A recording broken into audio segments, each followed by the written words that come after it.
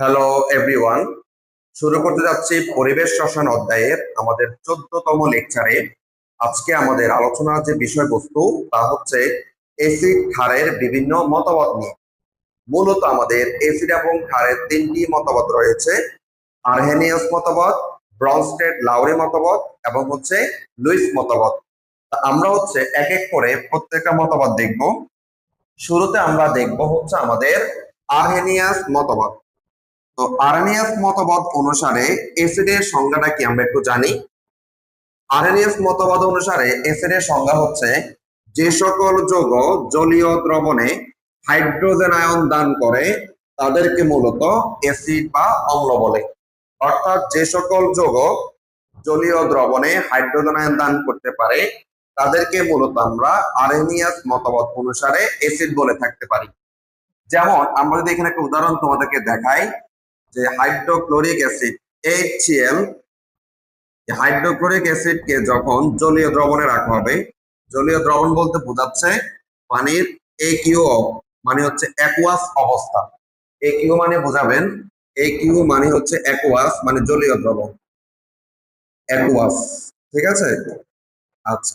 তাহলে যখন এই হাইড্রোক্লোরিক অ্যাসিড তাকে আমরা যখন জলীয় দ্রবণে রাখবো তখন সে হাইড্রোজেন আয়ন এবং ক্লোরাইড আয়ন কি করে, দান করে।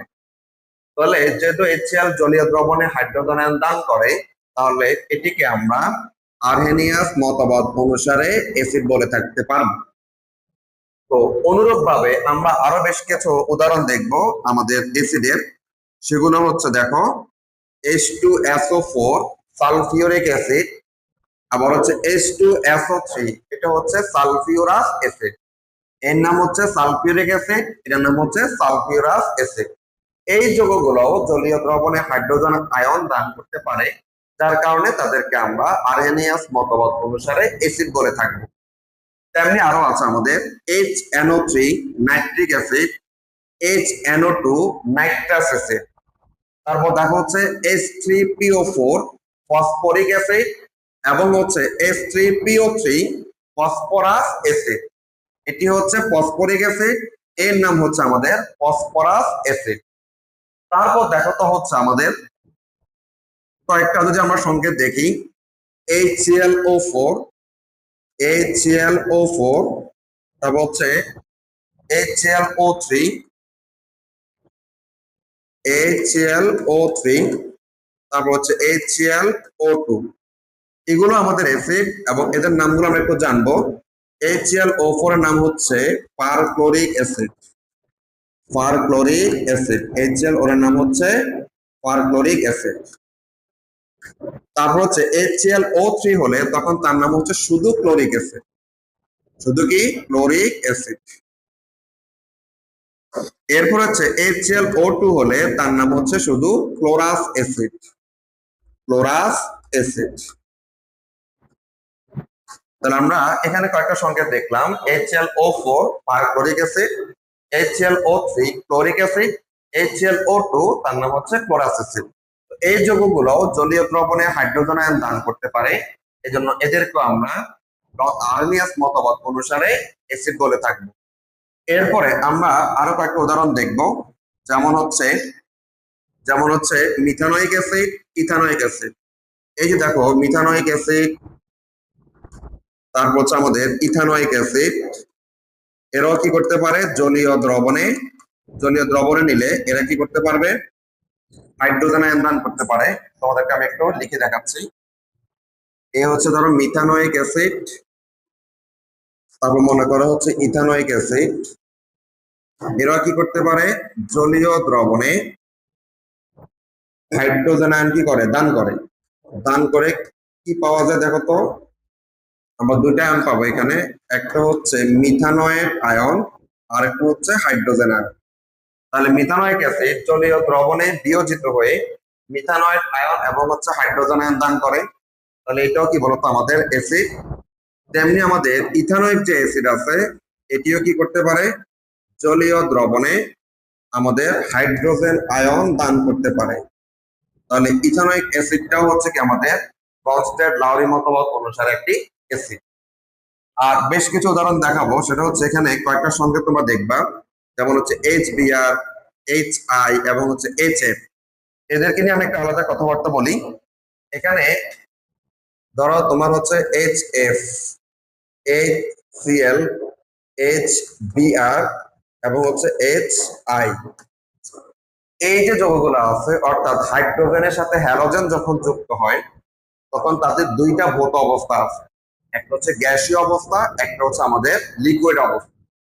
যখন তারা গ্যাসীয় অবস্থায় থাকে তখন তাদের নামগুলা কি হয়, আর তারা যখন লিকুইড অবস্থায় থাকে তখন তাদের নামটা কি হয় একটা আমরা জানি। বেসিক্যালি মনে রাখবা যে হাইড্রোজেনের সাথে যখন হ্যালোজেন যুক্ত হয় এবং সেটা যদি গ্যাসীয় অবস্থায় থাকে তখন তার নামটা হচ্ছে মূলত হাইড্রোজেন হ্যালাইড। Hydrogen halide. আবার বলছি, হাইড্রোজেনের সাথে যখন হ্যালোজেন যুক্ত অবস্থায়, সেটা ভৌত অবস্থা যদি গ্যাসীয় হয় তখন তার নামটা হবে মূলত হাইড্রোজেন হ্যালাইড।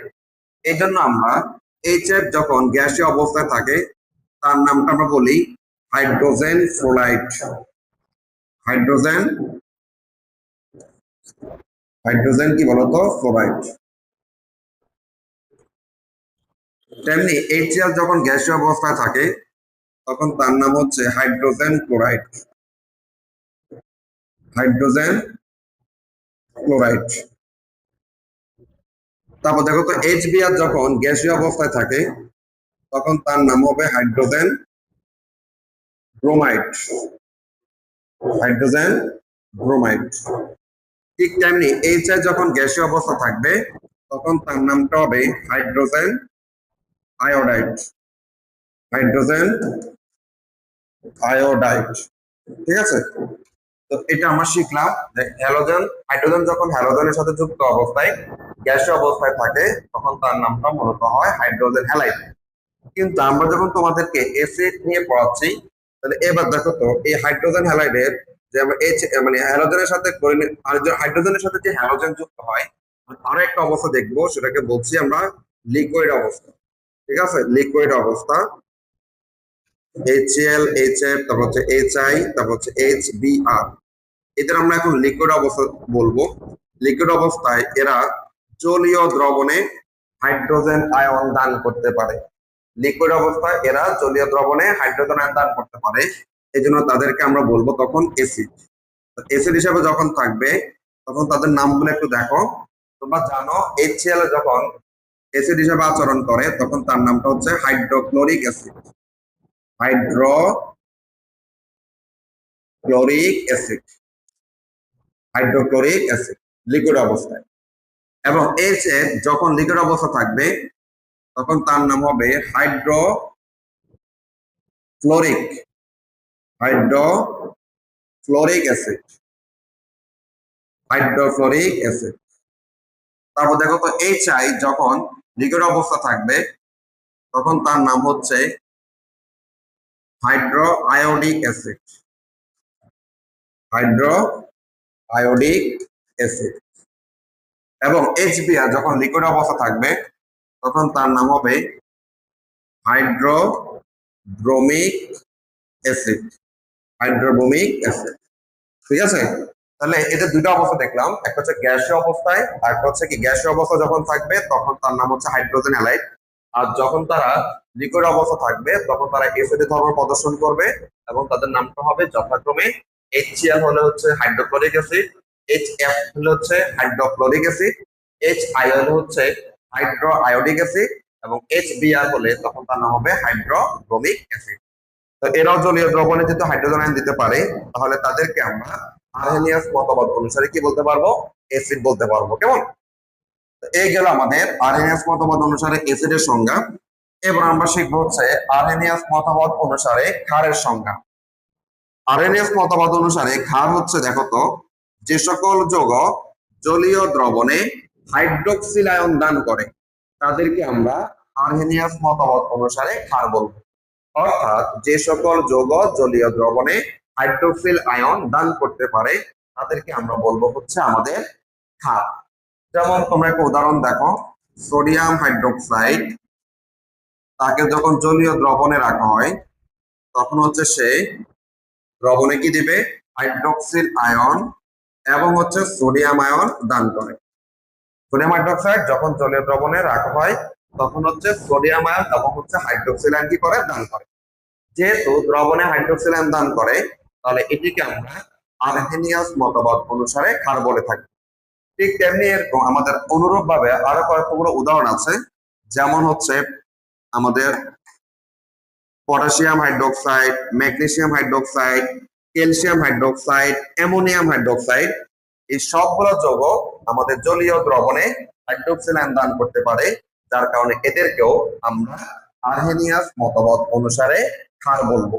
তাহলে সহজ জিনিস হচ্ছে যে সকল যৌগ জলীয় দ্রবণে হাইড্রোজেন আয়ন দান করে তাদেরকে বলা হচ্ছে অ্যাসিড, আর যারা হচ্ছে হাইড্রোক্সিল আয়ন দান করবে তাদেরকে বলা হচ্ছে ক্ষার। ঠিক আছে, এই যে মতবাদ, এই মতবাদের বেশ কিছু আমাদের সাফল্য আছে, আবার বেশ কিছু সীমাবদ্ধতাও আছে। আমরা দুটো একটু দেখব। প্রথম যে অন্যতম তার যে সাফল্য এই মতবাদের, সেটি হচ্ছে যে কোনো শক্তিশালী অ্যাসিডের সাথে একটি শক্তিশালী ক্ষারের যে প্রশমন বিক্রিয়া হয়, তোমরা জানো অ্যাসিড এবং ক্ষারের যে বিক্রিয়াটা হয় তাকে বলা হয় প্রশমন বিক্রিয়া। এবং এই প্রশমন বিক্রিয়ায় মূলত আমাদের লবণ এবং হচ্ছে পানি উৎপন্ন হয়। এখন একটা অ্যাসিড যদি শক্তিশালী হয় এবং একটা ক্ষারও যদি শক্তিশালী হয়, তখন তাদের প্রশমন বিক্রিয়ায় প্রতি মোল মানে 1 মোল পানি উৎপন্ন হতে যে তাপটা উৎপন্ন হয় তার মানটা মূলত হচ্ছে নির্দিষ্ট। এবং এই নির্দিষ্ট মানটা আমরা জানি, সেটা হচ্ছে 57.34 কিলো জুল পার মোল, মাইনাস 57.34 কিলো জুল। আর এটাকে যখন আমরা ক্যালোরি এককে রূপান্তর করব তখন মানটা হয় -13.7 কিলো ক্যালোরি পার মোল। এখন এই যে একটা তীব্র অ্যাসিড এবং তীব্র ক্ষারকে প্রশমন করার কারণে আমাদের 1 মোল পানি উৎপন্ন হতে যে আমাদের তাপের যে পরিবর্তনের মান, এটা কিন্তু আমরা হচ্ছে আর্হেনিয়াস মতবাদ অনুসারে জানি। এবং সেই তীব্র অ্যাসিড এবং তীব্র ক্ষারের প্রশমন বিক্রিয়ার ফলে উৎপন্ন তাপের মান হচ্ছে -57.34 কিলো জুল পার মোল। আর যদি ক্যালোরি এককে হিসাব করি তখন তার মানটা হয় -13.7 কিলো ক্যালোরি পার মোল। এই মানটা কিন্তু ফিক্সড। তখন যখন অ্যাসিডটাও তীব্র ক্ষারটাও তীব্র, তখন তাদের প্রশমন বিক্রিয়ায় 1 মোল পানি উৎপন্ন হওয়ার জন্য এই পরিমাণ তাপের উৎপন্ন হয়ে থাকে। আমরা যদি তোমাকে একটা উদাহরণ দেখাই, ধরো হচ্ছে এখানে আছে আমাদের হাইড্রোক্লোরিক অ্যাসিড এবং হচ্ছে সোডিয়াম হাইড্রোক্সাইড। তো তোমরা জানো যে হাইড্রোক্লোরিক অ্যাসিড এটি হচ্ছে একটা তীব্র অ্যাসিড এবং যে সোডিয়াম হাইড্রোক্সাইড এটি হচ্ছে একটি তীব্র ক্ষার। এখন এই দুজনের বিক্রিয়ায় আমরা একটা লবণ পাবো যার নাম হচ্ছে সোডিয়াম ক্লোরাইড, এবং আমরা 1 মোল পানি পাবো। এখন এই যে একটা তীব্র অ্যাসিড এবং তীব্র ক্ষারের একটা প্রশমন বিক্রিয়া হলো, সেই বিক্রিয়ায় আমরা দেখো তো একটা তাপের মান পাচ্ছি ডেলএইচ মাইনাস কত 57.34 কিলো জুল পার মোল। কিলো জুল কি মোল পার মোল। তাহলে এই তীব্র অ্যাসিড এবং তীব্র ক্ষারের প্রশমন বিক্রিয়ায় যে উৎপন্ন তাপের মানটা ফিক্সড আমরা বললাম বা নির্দিষ্ট বললাম, এটা মূলত হচ্ছে আর্হেনিয়াস মতবাদ অনুসারে আমাদের পাওয়া যায় বা ব্যাখ্যা করা যায়। দেন আমরা আরো একটা অন্যতম সাফল্য আমরা জানবো, সেটা হচ্ছে আর্হেনিয়াস মতবাদ অনুসারে একটি অ্যাসিড বা ক্ষারের তীব্রতাও আমরা বলতে পারি। এবং এই তীব্রতার মানটা নির্ভর করবে তাদের বিয়োজন ধ্রুবক। কাদের? অ্যাসিড বা ক্ষারের বিয়োজন ধ্রুবকের মান দ্বারা কোন একটা অ্যাসিডের তীব্রতা বা ক্ষারের তীব্রতাটা আমাদের বের করা যায়। এক্ষেত্রে বলছে যে আর্হেনিয়াস মতবাদ অনুসারে অ্যাসিড বা ক্ষারের তীব্রতাকে তাদের বিয়োজন ধ্রুবক অর্থাৎ কে এ এবং হচ্ছে কেবি এর মানের মাধ্যমে ব্যাখ্যা করা যায়। কে বলতে আমরা বুঝি অ্যাসিডের বিয়োজন ধ্রুবক, আর কেবি বলতে বোঝায় ক্ষারের বিয়োজন ধ্রুবক। এই কে এর মান বা কেবি এর মানের মাধ্যমে আমরা কিভাবে বুঝবো কোন একটা অ্যাসিড কত বেশি শক্তিশালী বা দুর্বল, সেটা তোমাদেরকে এখন বলি। দেখো তো হচ্ছে এখানে একটা অ্যাসিডের কে এর মান যত বেশি হবে সে অ্যাসিডটি তত বেশি শক্তিশালী, এবং কে এর মান যত কম হবে সে অ্যাসিডটি তত বেশি দুর্বল। তার মানে এই কে এর মান বা বিয়োজন ধ্রুবকের সাথে অ্যাসিডের যে শক্তি মাত্রার যে সম্পর্ক সেটি হচ্ছে সমানুপাতিক। অর্থাৎ কোন একটা অ্যাসিডের কে এর ভ্যালুটা বা মানটা যত বেশি হবে সেই অ্যাসিডটাকে তত বেশি আমরা শক্তিশালী বলবো, এবং এই কে এর মান যত কমবে সে অ্যাসিডটাকে তত বেশি মৃদু বা হচ্ছে আমরা দুর্বল বলে থাকতে পারি। তো তোমাদেরকে আমরা একটা উদাহরণের মাধ্যমে দেখাই যে ধরো আমাদের হচ্ছে একটা অ্যাসিড HA, এটি হচ্ছে মূলত জলীয় দ্রবণে বিয়োজিত হয়ে দুটি আয়ন অর্থাৎ হাইড্রোজেন আয়ন এবং হচ্ছে A- আয়ন কি করে দান করে। তাহলে এটা বিয়োজিত হয়ে তোমাকে দুটি আয়ন দেবে। এখন এখান থেকে আমরা যদি কে এর মান অর্থাৎ অ্যাসিডের বিয়োজন ধ্রুবকটা বের করতে যাই, তখন তার সূত্র হচ্ছে উৎপাদের যে আয়নগুলো আছে তাদের ঘনমাত্রার গুণফল বাই হচ্ছে বিক্রিয়কের ঘনমাত্রা গুণফল। খেয়াল করো, অ্যাসিডের বিয়োজন ধ্রুবকটা আমরা বের করব উৎপাদের আয়নগুলোর ঘনমাত্রার গুণফল বাই হচ্ছে বিক্রিয়কের আয়নের ঘনমাত্রার গুণফল।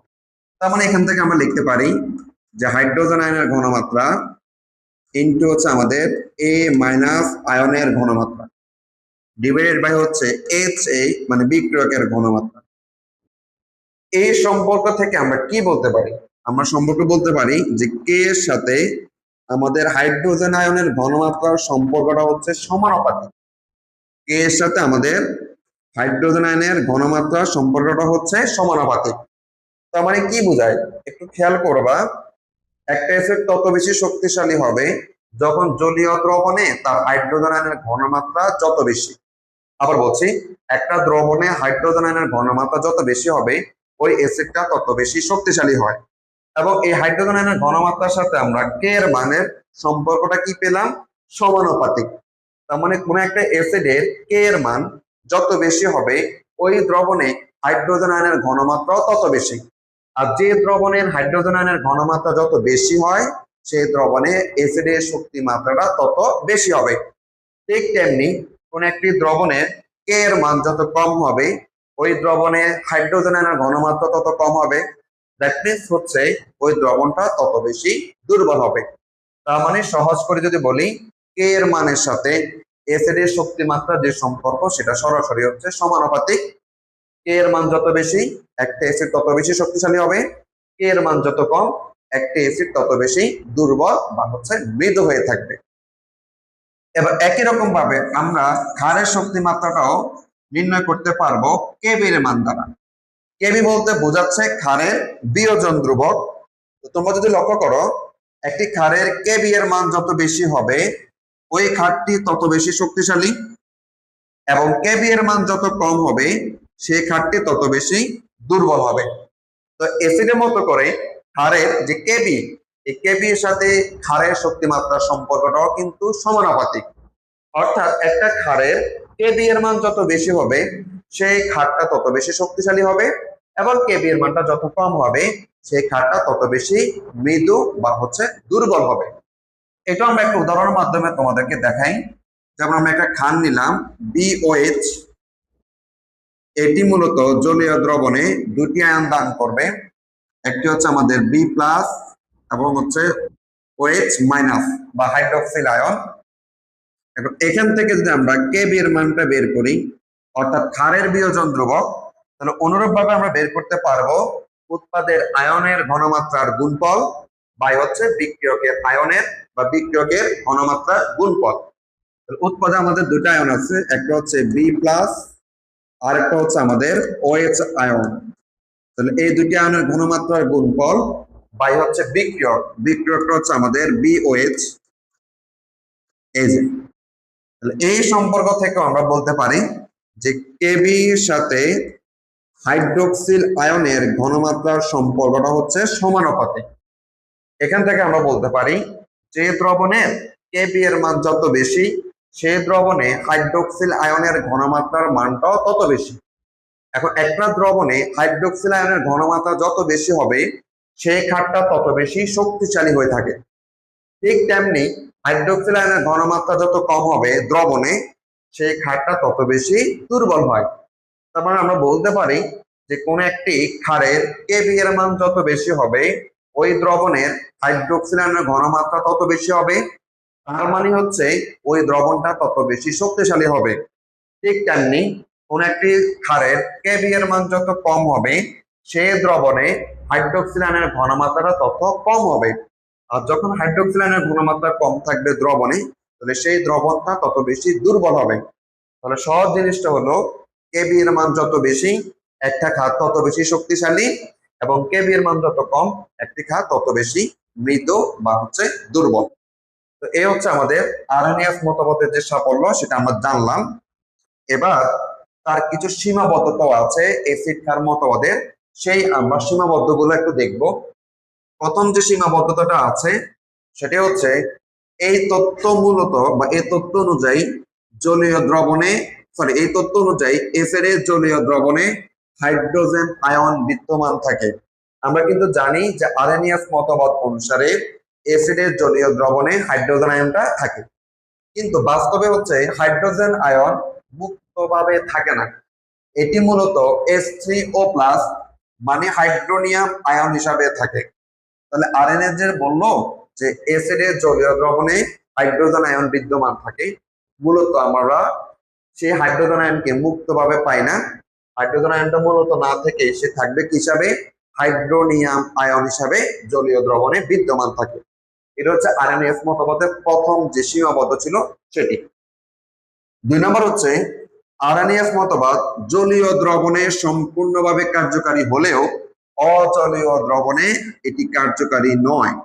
তার মানে আরএনএস মতবাদ অনুসারে শুধুমাত্র জলীয় দ্রবণে যারা হাইড্রোজেন আয়ন দেয় তাদেরকে আমরা অ্যাসিড বলতে পারি বা ক্ষার বলতে পারি, কিন্তু অজলীয় দ্রবণের ক্ষেত্রে এই মতবাদটা কার্যকর হয় না। তারপর দেখো তো বেশ কিছু ইনফরমেশন আমরা দেখবো যে যাদের যোগে হাইড্রোক্সিল আয়ন না থাকা সত্ত্বেও, অর্থাৎ যারা জলীয় দ্রবণে হাইড্রোক্সিল আয়ন দান করতে পারে না, এরকম কিছু যৌগ যদি তোমাদেরকে দেখাই, calcium oxide, ammonium, sodium carbonate বা মিথাইল অ্যামিন, এই যৌগটার নাম হচ্ছে মিথাইল অ্যামিন। এই যে যৌগগুলো তোমরা দেখতে পাচ্ছ তাদের যে খাদ্যধর্মিতা এটা আরএনএস মতবাদ অনুসারে ব্যাখ্যা করা যায় না। খেয়াল করো, উনি বলছিল না যে যে সকল যৌগ জলীয় দ্রবণে হাইড্রোক্সিল আয়ন দান করে তাদেরকে মূলত উনি ক্ষার হিসাবে অভিহিত করেছেন। কিন্তু আমরা বেশ কিছু যৌগ দেখলাম, calcium oxide, ammonia, sodium carbonate বা মিথাইল অ্যামিন, এই যৌগগুলো জলীয় দ্রবণে হাইড্রোক্সিল আয়ন দান না করলেও তারা কিন্তু ক্ষার ধর্ম প্রদর্শন করে, যা মূলত আমরা আরএনএস মতবাদ অনুসারে ব্যাখ্যা করতে পারি না। এরপর দেখো তো যোগে হাইড্রোজেন আয়ন না থাকা সত্ত্বেও, অর্থাৎ হাইড্রোজেন আয়ন দান না করতে পারলেও বেশ কিছু যৌগ দেখো, সালফার ডাইঅক্সাইড বা কার্বন ডাইঅক্সাইড, এই যৌগগুলোর অম্ল ধর্ম বা অ্যাসিডিক ধর্ম আরএনএস মতবাদ অনুসারে ব্যাখ্যা করা যায় না। কারণ আরএনএস বলছিল যে সকল যৌগ জলীয় দ্রবণে হাইড্রোজেন আয়ন দান করে তাদেরকে মূলত উনি অ্যাসিড হিসাবে অভিহিত করেছেন, কিন্তু বাস্তবে সালফার ডাইঅক্সাইড এবং কার্বন ডাইঅক্সাইড অ্যাসিডের ধর্ম প্রদর্শন করে, তা কিন্তু আমরা আরএনএস মতবাদ অনুসারে ব্যাখ্যা করতে পারি না। তারপর দেখো তো এই আরএনএস মতবাদ অনুসারে একটি অ্যাসিড এবং ক্ষারের বিক্রিয়ায় যে লবণটা উৎপন্ন হবে তা সব সময় আমাদের একটা নিরপেক্ষ লবণ। খেয়াল করো, আরএনএস মতবাদ অনুসারে অ্যাসিড এবং ক্ষারের বিক্রিয়ায় যে লবণটা পাবো সেটা একটা নিরপেক্ষ লবণ। কিন্তু আমরা যদি বেশ কিছু লবণের কথা বলি, যেমন ferrous sulphate, zinc sulphate, copper sulphate, aluminium dichloride, এদের জলীয় দ্রবণ অম্লীয়, এবং CH3COO সোডিয়াম ইথানয়েড, এর জলীয় দ্রবণ ক্ষারধর্মী। তাহলে এই যে লবণগুলা আমাদের ferrous sulphate, zinc sulphate, copper sulphate এবং অ্যালুমিনিয়াম ক্লোরাইড, এরা কেন অম্ল ধর্ম হিসাবে প্রদর্শন করে, এবং একই রকম ভাবে সোডিয়াম ইথানয়েডের যে ক্ষার ধর্ম তা কিন্তু আমরা মূলত এই অ্যাসিড ক্ষার মতবাদের যে আরএনএস মতবাদটা ছিল সে অনুযায়ী ব্যাখ্যা করা যায় না। কারণ উনি বলছে অ্যাসিড এবং ক্ষারের বিক্রিয়া আমরা যে লবণটা পাবো সেগুলো সবসময় নিরপেক্ষ হবে, কিন্তু আমরা বেশ কিছু লবণকে পেলাম তারা জলীয় দ্রবণে অম্লধর্মী, এবং বেশ কিছু লবণ পেলাম যারা জলীয় দ্রবণ ক্ষারধর্মী হিসেবে আচরণ করে, তাহলে সেই ধর্মটা আরএনএস মতবাদ অনুসারে ব্যাখ্যা করা যায় না। সর্বশেষ আমাদের গ্যাসীয় অবস্থায়, গ্যাসীয় অবস্থায় কোনো অম্ল বা ক্ষারের ধর্ম ব্যাখ্যা করা যায় না। গ্যাসীয় অবস্থায় কোনো অম্ল বা ক্ষারের আমাদের এই আরনিয়াস মতবাদ অনুসারে তার ধর্ম ব্যাখ্যা করা যায় না। ঠিক আছে, তো এই হচ্ছে আরনিয়াস মতবাদের বেশ কিছু আমরা সীমাবদ্ধ লক্ষ্য করলাম। এবার আমরা আরো একটি মতবাদ দেখব, যেটি হচ্ছে ব্রনস্টেড লাউরি মতবাদ, বা যাকে বলা হয় প্রোটনীয় মতবাদ। কেন প্রোটনীয় মতবাদ বলা হয়? কারণ হচ্ছে তার এই অ্যাসিড ক্ষারের মতবাদ ব্রনস্টেড লাউরির, তার ভিত্তিটা হচ্ছে প্রোটন আদান প্রদান করা। অর্থাৎ কোন একটি যৌগ প্রোটন দান করবে, অন্য একটি যৌগ প্রোটন গ্রহণ করবে, এবং এই মতবাদ যেহেতু প্রোটন আদান প্রদানের উপর নির্ভরশীল, এই জন্য ব্রনস্টেড লাউরি মতবাদটাকে প্রোটনীয় মতবাদ বলা হয়ে থাকে। আমরা জানবো যে ব্রনস্টেড লাউরি মতবাদ অনুসারে অ্যাসিড কাদেরকে বলা হয়। যেটা বলা হচ্ছে যে সকল যৌগ অথবা আয়ন অন্য পদার্থকে প্রোটন মানে হাইড্রোজেন আয়ন দান করতে পারে, তাদেরকে বলছে অ্যাসিড।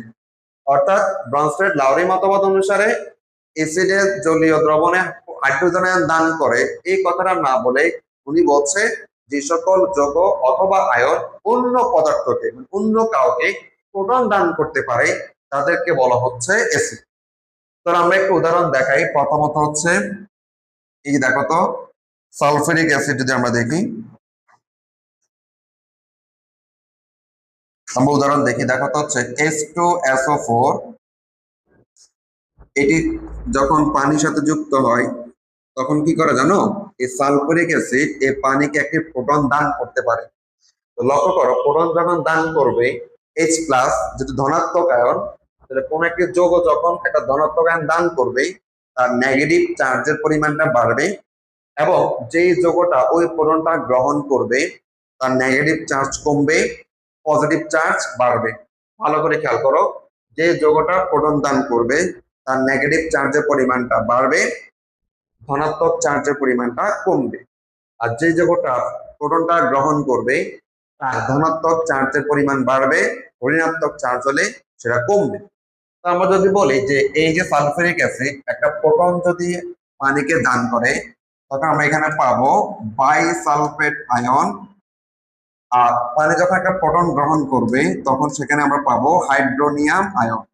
যে কথাটা তোমরা ভালো করে লক্ষ্য করা দরকার ছিল সেটা হচ্ছে এই যে সালফিউরিক অ্যাসিড একটা প্রোটন দান করলো, আমরা বলছিলাম না যে আমাদের একটা নেগেটিভ চার্জ বাড়বে, যতগুলো ধনাত্মক আয়ন দান করবে ততগুলো আমাদের নেগেটিভ চার্জের পরিমাণটা বাড়বে।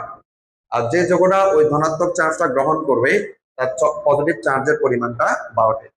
যেহেতু সালফিউরিক অ্যাসিড পানিকে একটি প্রোটন দান করে, তাহলে এটিকে আমরা ব্রনস্টেড লাউরি মতবাদ অনুসারে অ্যাসিড বলে থাকতে পারি।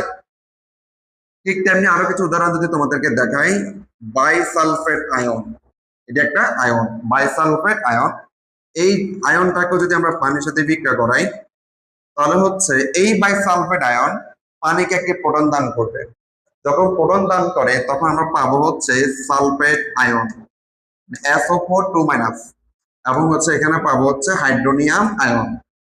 দেখো, বায়োসালফেট আয়ন যখন একটা প্রোটন দান করে, তার অলমোস্ট কিন্তু একটা আয়ন ছিল নেগেটিভ আয়ন, যখন একটা প্রোটন দান করে দিল, দেখো তো নেগেটিভ চার্জের পরিমাণটা বেড়ে গেছে। কারণ আমরা বলছিলাম যত বেশি প্রোটন দান করবে তার নেগেটিভ চার্জের পরিমাণটা বাড়বে, আর ধনাত্মক চার্জের পরিমাণ থাকবে সেটা কমবে। আর যিনি প্রোটনটা গ্রহণ করলো তার ধনাত্মক চার্জের পরিমাণটা বেড়ে গেছে। এই বাইসালফেট আয়ন যেহেতু পানিকে একটি প্রোটন দান করে, তাহলে ব্রনস্টেড লাউরি মতবাদ অনুসারে এটিও কি হবে? একটি অ্যাসিড। ঠিক তেমনি আমরা আরো একটা উদাহরণ দেখাই, CH3COOH ইথানোয়িক অ্যাসিড, এটিকে যদি পানির সাথে যুক্ত করা হয় তাহলে হচ্ছে এই ইথানোয়িক অ্যাসিড পানিকে একটি প্রোটন কি করে? দান করে। দান করে কি দিবে? ইথানয়েড আয়ন এবং হচ্ছে হাইড্রোনিয়াম আয়ন। তাহলে যেহেতু একটি প্রোটন দান করছে ইথানোয়িক অ্যাসিড, তাহলে ব্রনস্টেড লাউরি মতবাদ অনুসারে এটিও কি আমাদের একটি অ্যাসিড। সর্বশেষ উদাহরণ দেখাবো অ্যামোনিয়াম আয়ন। এই অ্যামোনিয়াম আয়নকে যদি আমরা পানির সাথে যুক্ত করি, খেয়াল করো, অ্যামোনিয়াম আয়ন পানিকে যদি একটা প্রোটন দান করে কি উৎপন্ন হবে? অ্যামোনিয়া উৎপন্ন হবে, এবং হচ্ছে হাইড্রোনিয়াম আয়ন উৎপন্ন হবে।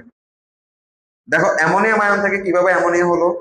যেহেতু অ্যামোনিয়াম আয়ন একটা প্রোটন দান করে, এজন্য তার ধনাত্মক চার্জের পরিমাণটা কি কমছে, এবং ওই প্রোটনটা যেহেতু পানি গ্রহণ করে এজন্য এখানে উৎপন্ন হবে হাইড্রোনিয়াম আয়ন।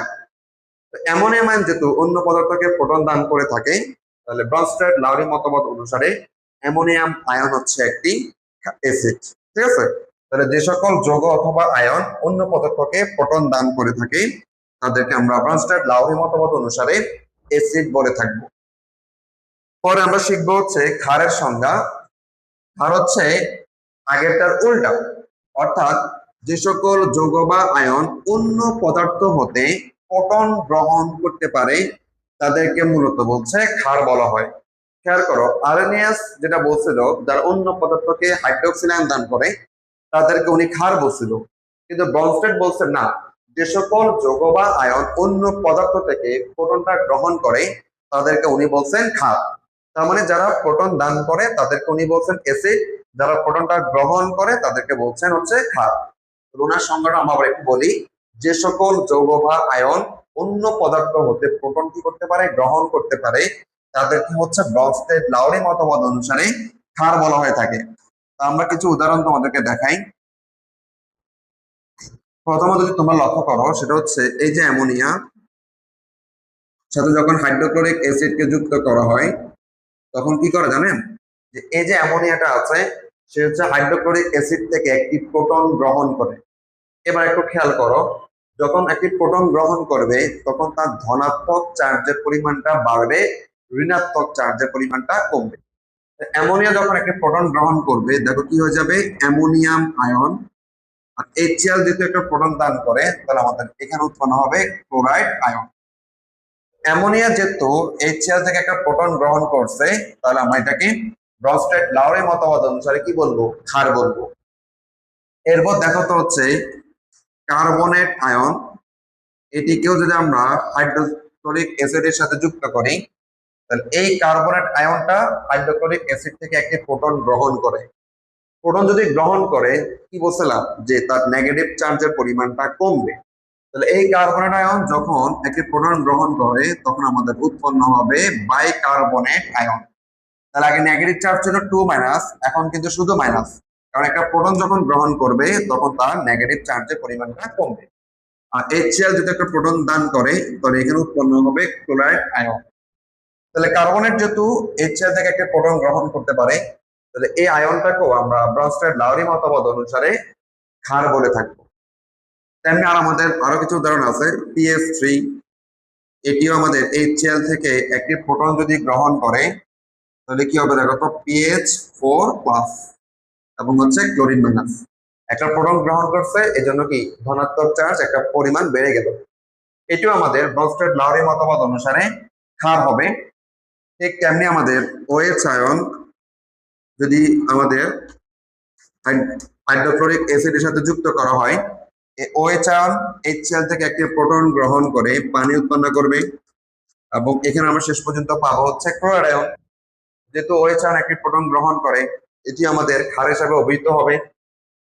ঠিক তেমনি হচ্ছে বাইকার্বনেট আয়ন যখন আমাদের হাইড্রোক্লোরিক অ্যাসিডের সাথে যুক্ত হবে, এই বাইকার্বনেট আয়নটা হাইড্রোক্লোরিক অ্যাসিড থেকে একটি প্রোটন গ্রহণ করে আমাদের উৎপন্ন করবে H2CO3 কার্বনিক অ্যাসিড এবং হচ্ছে ক্লোরাইড আয়ন। তো এই যে কার্বনিক অ্যাসিডটা উৎপন্ন হলো, কিভাবে উৎপন্ন হলো, বাইকার্বনেট আয়ন একটি প্রোটন গ্রহণ করার কারণে তার নেগেটিভ চার্জটা কমে গেল, কমে গিয়ে কি উৎপন্ন হলো, কার্বনিক অ্যাসিড।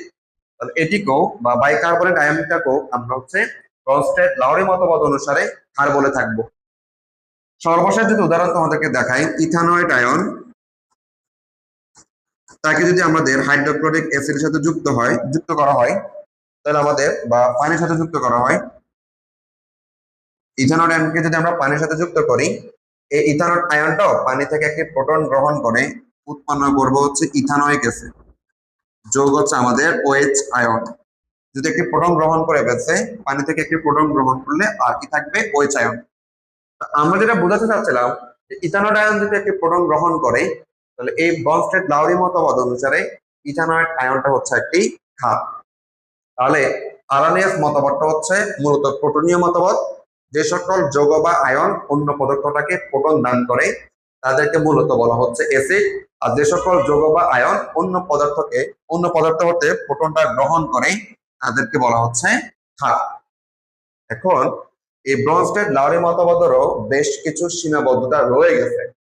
প্রথম যেটা সীমাবদ্ধতা আছে সেটা হচ্ছে এই মতবাদের সাহায্যে বিভিন্ন অধাতুর যে অক্সাইড গুলো আছে, যেমন কার্বন ডাইঅক্সাইড, সালফার ডাইঅক্সাইড বা নাইট্রোজেন ডাইঅক্সাইড, এই অম্লীয় অক্সাইড গুলার, এই যে অধাতুর যে অক্সাইড গুলো আছে তাদের এসিডীয় ধর্ম ব্যাখ্যা করা যায় না। খেয়াল করো, আমাদের এই মতবাদ অনুসারে বলছে বিভিন্ন অধাতুর oxide, carbon dioxide, sulphur dioxide বা নাইট্রোজেন যে ডাইঅক্সাইড আছে, তারা তো অন্য পদার্থকে প্রোটন দান করার সক্ষমতা নেই।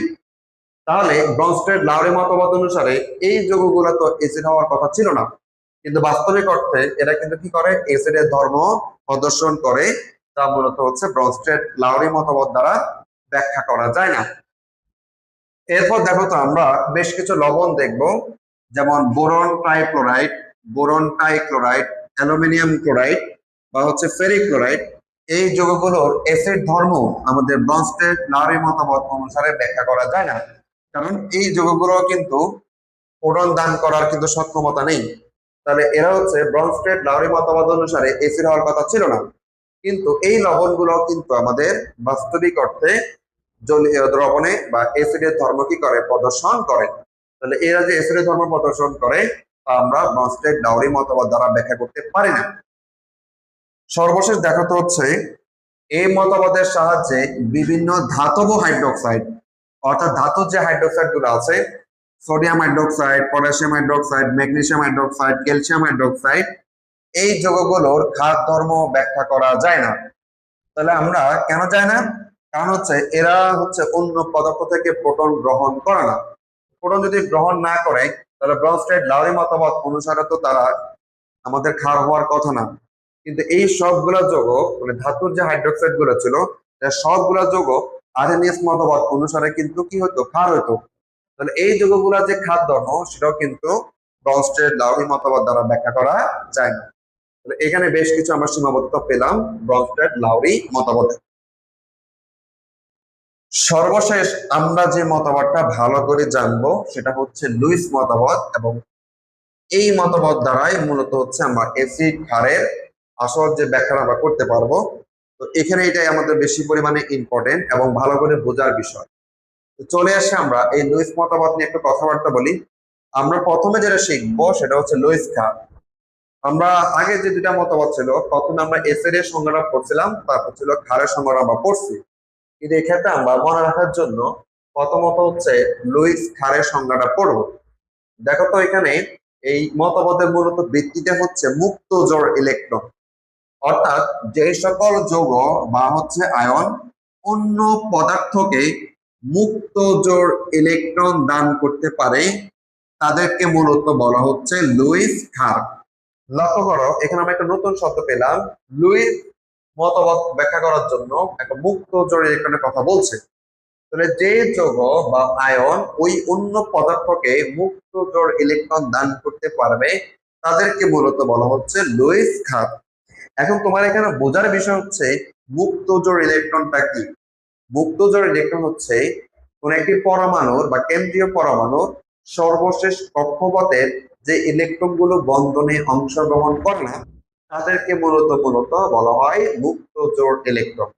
তাহলে ওই মুক্ত জোড় ইলেকট্রন যাদের কাছে থাকবে তারা কি করতে পারবে, অন্য পদার্থ বা আয়নকে ওই মুক্ত ইলেকট্রন গুলা দান করতে পারবে। দান করলে তাদেরকে আমরা লুইস ক্ষার বলতে পারি। তাহলে আমরা এখানে একটা শব্দ জানবো, সেটা হচ্ছে মুক্ত জোড় ইলেকট্রন। আমরা কি বলতে পারি, যে সকল পরমাণুর সর্বশেষ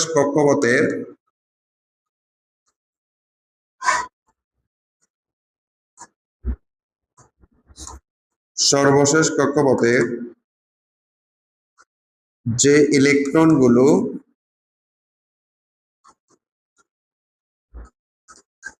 বন্ধনে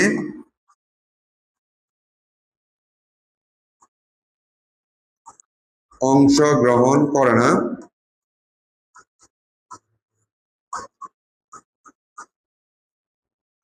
তাদেরকে কি বলা হয়, মুক্ত জোড় ইলেকট্রন বলে।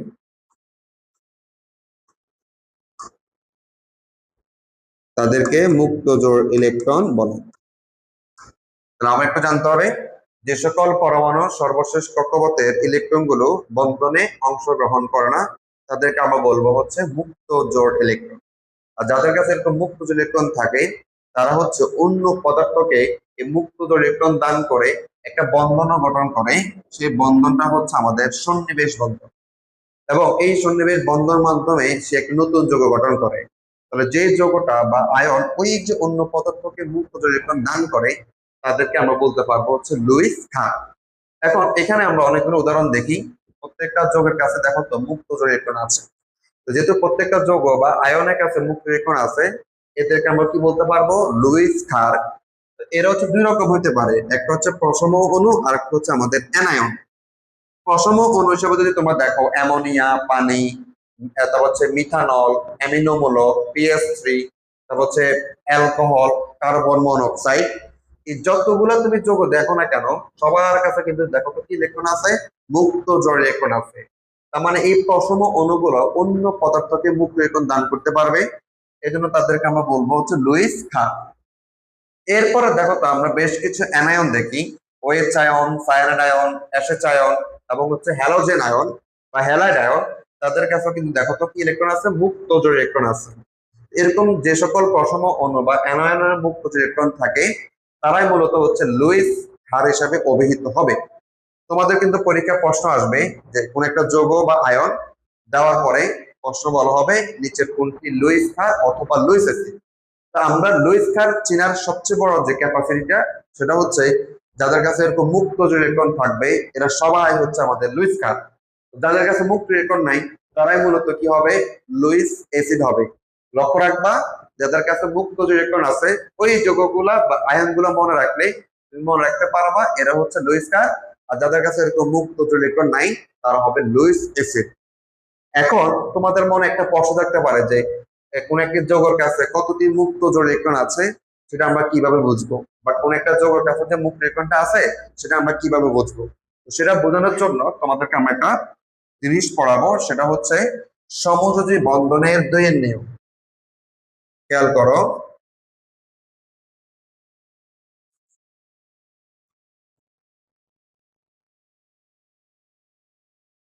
সমযোজী বন্ধনের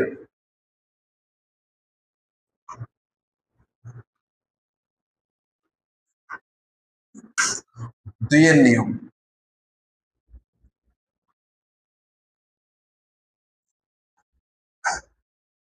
আশা হচ্ছে সমযোজী বন্ধনের দ্বয়ের নিয়মটা কি বলে? এটা মূলত হচ্ছে আমাদের রাসায়নিক পরিবর্তন অধ্যায়ের কনসেপ্ট। সমযোজী বন্ধনের দ্বয়ের নিয়মটা হচ্ছে কোন পরমাণুর সর্বশেষ কক্ষপথে একটি যদি বিজোড় ইলেকট্রন থাকে সে অন্য পরমাণুর একটি বিজোড় ইলেকট্রনের সাথে যুক্ত হয়ে একটি জোড়াবদ্ধ হবে। এই নিয়মটা হচ্ছে মূলত সমযোজী বন্ধনের দ্বির নিয়ম। সহজ করে যদি বলি, কোন একটি পরমাণুর সর্বশেষ কক্ষপথে যদি একটি বিজোড় ইলেকট্রন থাকে সে অন্য পরমাণুর আরো একটি বিজোড় ইলেকট্রনের সাথে যুক্ত হয়ে জোড়াবদ্ধ হবে। ছিল অযুগ্ন হবে কি বলতো যুগ্ন, বা ছিল বিজোড় হবে কি জোড়। তাহলে আমরা এই সমযোজী বন্ধনের দ্বির নিয়মের সংজ্ঞাটা যদি তোমাদেরকে বলি, কি বলবা? কোন পরমাণুর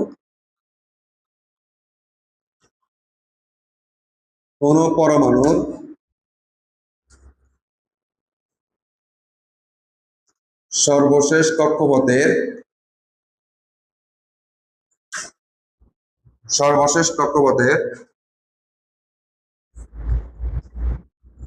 একটি বিজোড় ইলেকট্রন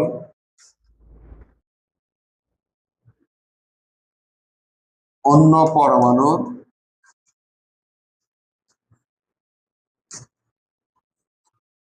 পরমাণুর একটি বিজোড় ইলেকট্রনের সাথে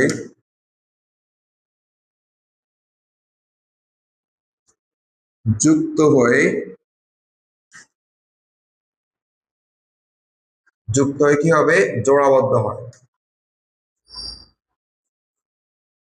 এই নিয়মটাকে আমরা বলবো হচ্ছে দ্বয়ের নিয়ম। মানে কোন পরমাণুর কাছে যতগুলা বিজোড় ইলেকট্রন থাকবে সে অন্য পরমাণুর ততগুলা বিজোড় ইলেকট্রনের সাথে যুক্ত হয়ে জোড়াবদ্ধ হবে। এখন তোমাকে আবার আরেকটা জিনিস জানতে হবে যে কোন পরমাণুর সর্বশেষ কক্ষপথে কতগুলা বিজোড় ইলেকট্রন আছে।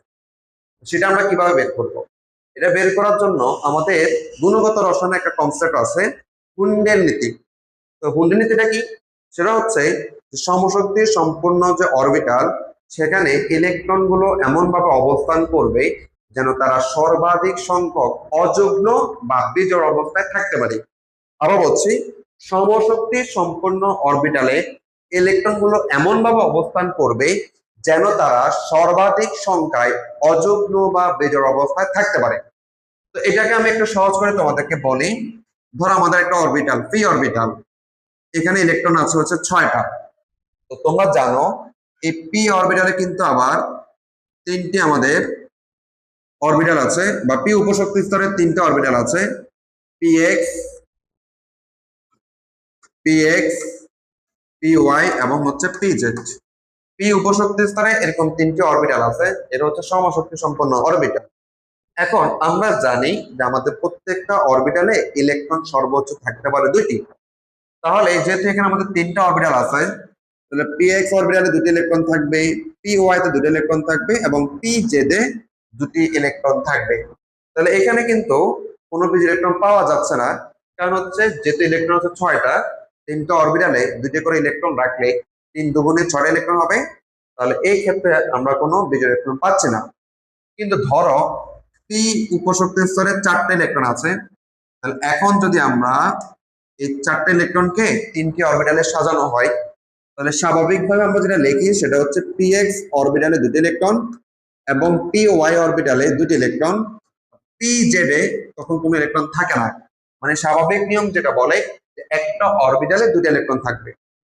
কিন্তু আমরা যদি এটাকে হুন্ডের নীতি অনুসারে সাজাতে চাই, উনি যে কথাটা বলছে যে সমশক্তি সম্পন্ন অরবিটালে ইলেকট্রন গুলো এমন ভাবে ধারণ করবে যেন তারা সর্বাধিক সংখ্যায় অযুগ্ম বা বিজোড় অবস্থা থাকতে পারে। আমরা যে সাধারণভাবে এখন যে ইলেকট্রন গুলাকে সাজানো হলো, এখন কিন্তু অরবিটাল গুলোর মাঝে কোনো বিজ ইলেকট্রন আমরা পাচ্ছি না।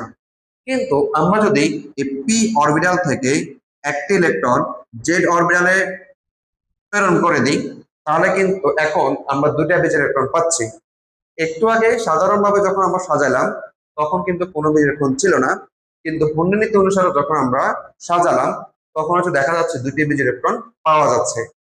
ঠিক তেমনি আমরা আরেকটা যদি দেখাই তোমাদেরকে, ধরো পি তে যদি 3টে ইলেকট্রন থাকে, তাহলে স্বাভাবিকভাবে সাজানো হলে পি এক্স অরবিটালে 2টা ইলেকট্রন, পি ওয়াই অরবিটালে একটা ইলেকট্রন এবং পি জেড এ তখন ইলেকট্রন খালি থাকবে। তার মানে এখন যে অবস্থা আছে এখানে সর্বোচ্চ একটা বিজ ইলেকট্রন দেখা যাচ্ছে। কিন্তু যদি আমরা পি এক্স অরবিটাল থেকে একটা ইলেকট্রন পি জেড এ যদি প্রেরণ করা হয়, তখন আমরা বিজোড় ইলেকট্রন পাচ্ছি হচ্ছে 3টা। তাহলে আগে আমরা যেভাবে সাজানো হয়েছিল তখন বিজোড় ইলেকট্রন ছিল একটা, এখন হচ্ছে কতগুলো? 3টা। তাহলে এইভাবে যেভাবে সাজালে সবচেয়ে বেশি বিজোড় ইলেকট্রন পাওয়া যাবে, এটি হচ্ছে মূলত আমাদের হুন্ডের নীতি। এটা কেন শিখালাম? এটা হচ্ছে যে কোন একটি পরমাণু সর্বশেষ কক্ষপথে যতগুলা বিজোড় ইলেকট্রন পাওয়া যাবে, সে ততগুলো অন্য পরমাণুর বিজোড় ইলেকট্রনের সাথে যুক্ত হয়ে জোড়াবদ্ধ হবে। এরকম আমরা একটা উদাহরণ তোমাদেরকে দেখাচ্ছি, অ্যামোনিয়া নামক একটা যৌগের গঠনের মাধ্যমে আমরা দেখাবো যে আমাদের কিভাবে মুক্ত ইলেকট্রন গুলা বের করা হয়। তো একটু লক্ষ্য করো, আমাদের উদাহরণটা হচ্ছে অ্যামোনিয়ার গঠনটা আমরা দেখবো। আসো, তাহলে যদি তোমরা লক্ষ্য করো, নাইট্রোজেনে যদি ইলেকট্রন বিন্যাস করা হয়, নাইট্রোজেনের 7টা ইলেকট্রন, তাহলে আমরা লিখবো কত? 1s2, 2s2 এবং হচ্ছে 2p3। 2p3টাকে আমরা লিখবো মূলত 2px1, 2py1 এবং হচ্ছে 2pz1। অর্থাৎ পি অরবিটালে 3টে ইলেকট্রন ছিল, তাদেরকে আমরা px, py এবং pz অরবিটালে যদি সাজানো হয়, তাহলে প্রত্যেকটা কাছে একটা করে বিজ ইলেকট্রন আছে। তাহলে নাইট্রোজেন পরমাণু 3টা বিজ ইলেকট্রন আমরা দেখতে পাই। তার মানে সে অন্য পরমাণু 3টি বিজোড় ইলেকট্রনের সাথে যুক্ত হয়ে 3টি জোড়া গঠন করতে পারবে। এখন যদি আমরা তার সাথে হাইড্রোজেন পরমাণুকে নিয়ে আসি, তাহলে কি দেখা যাবে দেখো তো? হাইড্রোজেনের কাছে একটা মাত্র বিজোড় ইলেকট্রন থাকে।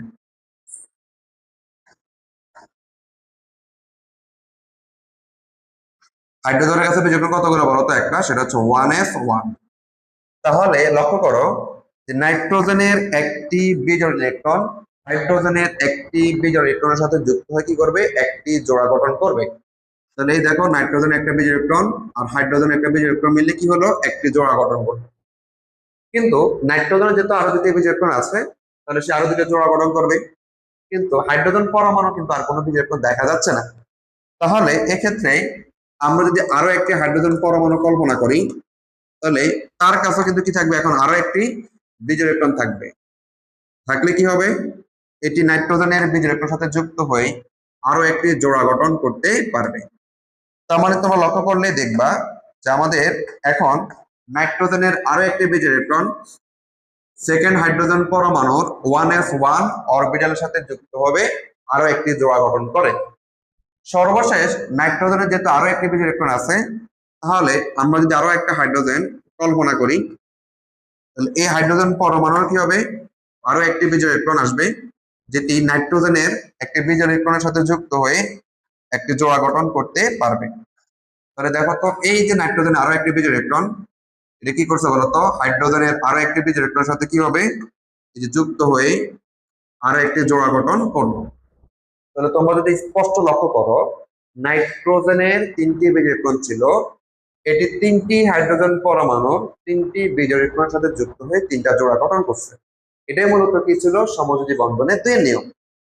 আমরা কেন এটা শিখলাম, আমাদের মূল কনসেপ্টটা ছিল যে আমরা কিভাবে মুক্ত জোড় ইলেকট্রন গুলা চিনবো। আমরা তোমাদেরকে বলছি যে সকল পরমাণু সর্বশেষ কক্ষপথের ইলেকট্রন গুলো বন্ধনে অংশগ্রহণ করে নাই, তারাই হচ্ছে মূলত মুক্ত জোড় ইলেকট্রন। এবার তোমরা যদি অ্যামোনিয়ার গঠনটা যদি তুমি লক্ষ্য করো, তাহলে তোমরা স্পষ্ট দেখবা, এই যে দেখো নাইট্রোজেনের যে সর্বশেষ কক্ষপথটা ছিল, সেটা ছিল দ্বিতীয় কক্ষপথ। কিন্তু দ্বিতীয় কক্ষপথের এই যে 2s2 তুমি দেখতে পাচ্ছ, এখানে যে দুটো ইলেকট্রন, তারা কিন্তু হাইড্রোজেনের সাথে কোনো বন্ধনে অংশগ্রহণ করে নাই। তাহলে যেহেতু নাইট্রোজেনের এই দুটি ইলেকট্রন মানে সর্বশেষ কক্ষপথের এই দুটি ইলেকট্রন বন্ধনে অংশগ্রহণ করে নাই, তখন তাদেরকে আমরা বলবো হচ্ছে মুক্ত জোড় ইলেকট্রন। এই জন্য তোমরা দেখবা যে এমন যে গঠনটা আমরা তোমাদেরকে দেখালাম, এখানে দেখবা দুইটা মুক্ত, সরি, এখানে মুক্ত ইলেকট্রন থাকবে এবং এখানে মুক্ত ইলেকট্রন কতগুলা, একটি। খেয়াল করো, তোমার কাছে মনে হবে দুটি মুক্ত ইলেকট্রন, না, মুক্ত জোড় ইলেকট্রন গুলা আসবে হচ্ছে জোড়া হিসাবে, কারণ বিজোড় হলে তো সেই বন্ধন অংশগ্রহণ করে ফেলবে। তোমরা মনে রাখবা মুক্ত জোড় ইলেকট্রন গুলো হচ্ছে জোড় হিসাবে আসবে। এজন্য আমরা যখন দেখবো দুটো ইলেকট্রন, তখন তুমি বলবা হচ্ছে একটি মুক্ত জোড় ইলেকট্রন, কারণ মুক্ত জোড় ইলেকট্রন থাকে হচ্ছে জোড়া হিসাবে। আবার যদি অনুরূপ ভাবে যদি তোমাদেরকে দেখাই, যেমন হচ্ছে H2O, এখানে দেখো তো অক্সিজেনের কাছে মুক্ত ইলেকট্রন আছে। যদি জিজ্ঞাসা করে কতগুলো মুক্ত ইলেকট্রন আছে, তুমি বলবো হচ্ছে দুইটি মুক্ত জোড় ইলেকট্রন আছে। তাহলে আমরা বুঝলাম যে সকল যোগের সর্বশেষ কক্ষপথে আমাদের ইলেকট্রন গুলো বন্ধনে অংশগ্রহণ করে নাই, তারা হচ্ছে এরকম মুক্ত জোড় ইলেকট্রন। এটা কেন শিখালাম, কারণ আমরা বলছিলাম যে আমাদের পরীক্ষায় বেশ কিছু যোগ দিয়ে বলা হবে নিচের কোনটি লুইস অ্যাসিড বা হচ্ছে লুইস ক্ষার। সেক্ষেত্রে আমরা শুধু লুইস ক্ষার গুলো একটু যদি মনে রাখতে পারি, যাদের কাছে মুক্ত জোড় ইলেকট্রন আছে, তারাই মূলত হচ্ছে লুইস ক্ষার। লুইস ক্ষার কয় ধরনের হবে, হয় পশম অণু, না হলে হচ্ছে কি বলতো অ্যানায়ন। সোজা কথা হচ্ছে যাদের কাছে মুক্ত জোড় ইলেকট্রন আছে, তারা হচ্ছে আমাদের লুইস। এরপর আমরা চলে আসবো হচ্ছে লুইস অ্যাসিডের যে সংজ্ঞা, সেখানে চলে আসবো। লুইস অ্যাসিড হচ্ছে যে সকল যৌগ বা আয়ন অন্য পদার্থ হতে মুক্ত জোড় ইলেকট্রনটা গ্রহণ করতে পারে, তাদেরকে আমরা বলবো হচ্ছে লুইস অ্যাসিড। যে সকল যৌগ অন্য পদার্থ থেকে মুক্ত জোড় ইলেকট্রনটা গ্রহণ করে, তাদেরকে আমরা বলবো হচ্ছে লুইস অ্যাসিড। তাহলে এক্ষেত্রে আমরা দুইটা শব্দ বলতে পারি, একটা হচ্ছে ইলেকট্রন দাতা গ্রুপ, একটা হচ্ছে ইলেকট্রন গ্রহীতা গ্রুপ। যারা ইলেকট্রন দাতা গ্রুপ তারা হচ্ছে লুইস ক্ষার, আর যারা ইলেকট্রন গ্রহীতা গ্রুপ তারা হচ্ছে আমাদের লুইস অ্যাসিড। এখন লুইস অ্যাসিড গুলো মনে রাখার জন্য, এরা যেহেতু ইলেকট্রন গ্রহীতা গ্রুপ, কারা ইলেকট্রন গ্রহীতা গ্রুপ হইতে পারে, মানে কারা অন্য পদার্থ থেকে মুক্ত ইলেকট্রনটা গ্রহণ করতে পারবে, সেটা যদি তোমাদেরকে একটু দেখানো হয়। দেখো তো হচ্ছে ইলেকট্রন বা মুক্ত ইলেকট্রন গ্রহীতা লিখি, তাহলে তোমরা সহজে মনে রাখতে পারবা। মুক্ত জোড় ইলেকট্রন গ্রহীতা কারা হইতে পারে, এক নজরে আমরা সেটা দেখবো।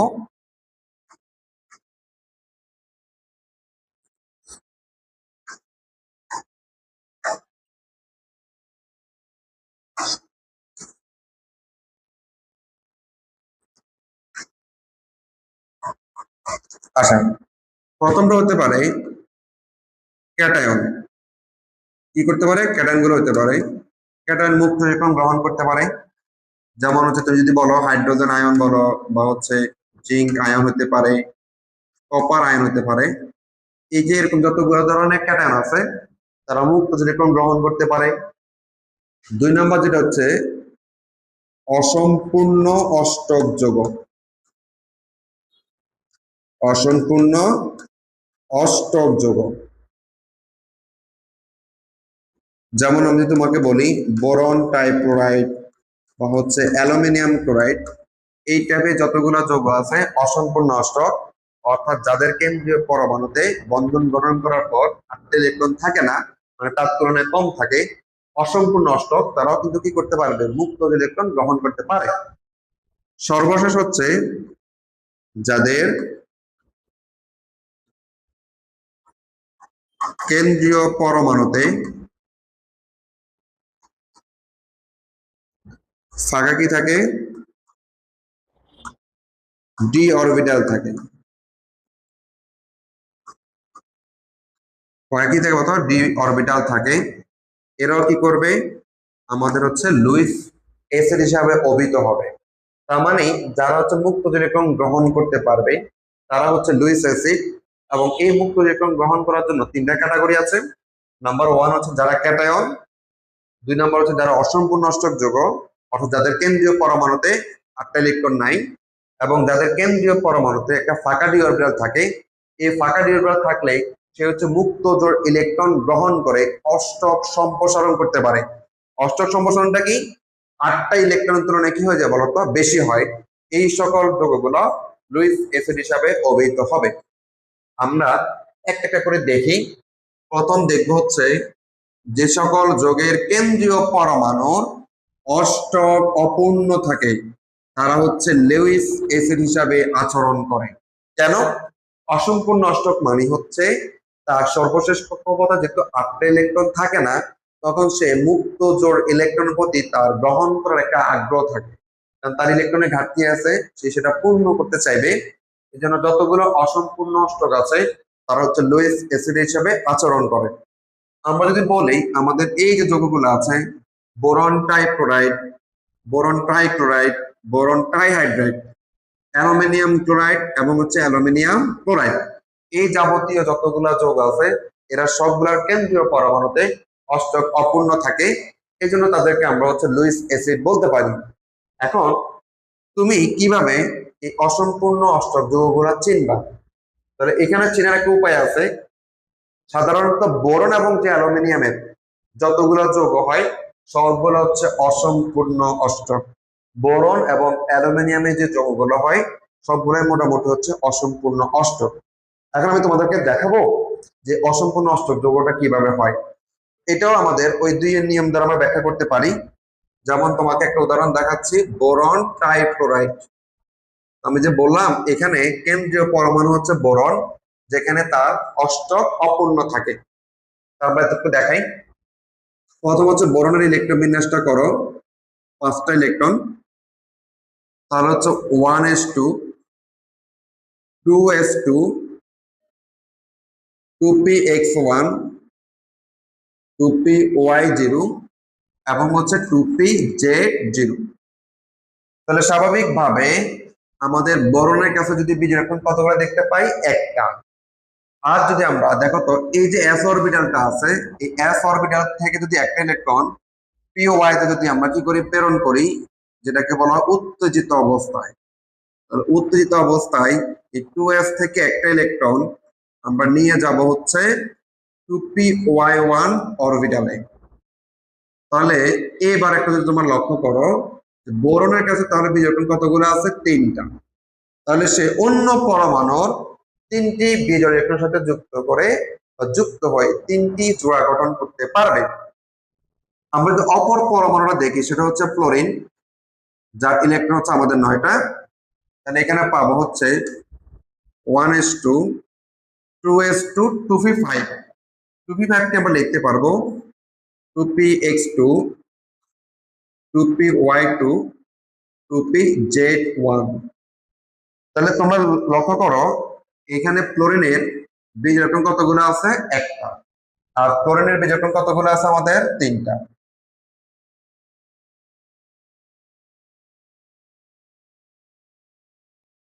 ওকে, ফ্লোরিনের বীজ ইলেকট্রন আছে কতগুলো? তো তিনটা। ফ্লোরিনের বীজ ইলেকট্রন হচ্ছে একটা, আর বোরনের বীজ ইলেকট্রন হচ্ছে আমাদের তিনটা।